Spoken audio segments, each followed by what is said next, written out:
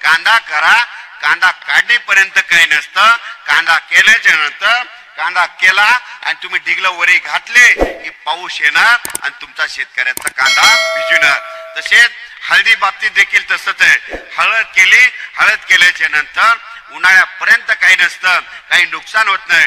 पण ज्या वेळेस उन्हाळ्यामध्ये तुम्ही हळद शिजविता आणि शिजल्याच्या नंतर त्यावेळेस टेम्परेचर किती असतं तर 44 तापमानामध्ये तुम्ही हळद शिजवितात आणि वाळू घातलात आणि आपला शेतकरी काय करतो त्या दिवशी वाळू घालतो आणि घरी येतो आणि लगेच अचानक त्याच रात्री 2 वाजता एक आभाळ येतं आणि तुमच्या सगळ्या शेतकऱ्यांची हळद भिजवतो.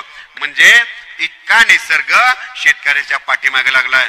मग 101 दिवसाला पाऊस येतो. म्हणजे पेरलं की कंप्लीट 101 दिवसाला पाऊस येतो. मूग पेरलं 60 दिवसाला मूग निघतो.